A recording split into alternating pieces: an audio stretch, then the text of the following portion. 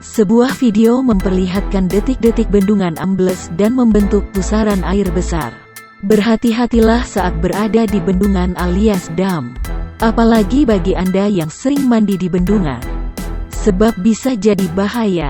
Seperti video yang diunggah ke TikTok oleh akun @silascutekssilas, Sabtu tanggal 26 Maret tahun 2022. Di atas bendungan tiba-tiba muncul pusaran air berukuran besar. Dalam video itu terlihat air berputar dengan sangat cepat, masuk ke dalam pusaran. Sebagian besar air yang semula menggenang di bendungan tersebut dengan cepat mengalir lewat pusaran itu dan nyaris habis. Dalam video itu juga terlihat bocah yang bermain di sekitar bendungan. Bocah itu bahkan berlari di dekat pusaran air yang terlihat seolah sedang mengamuk itu.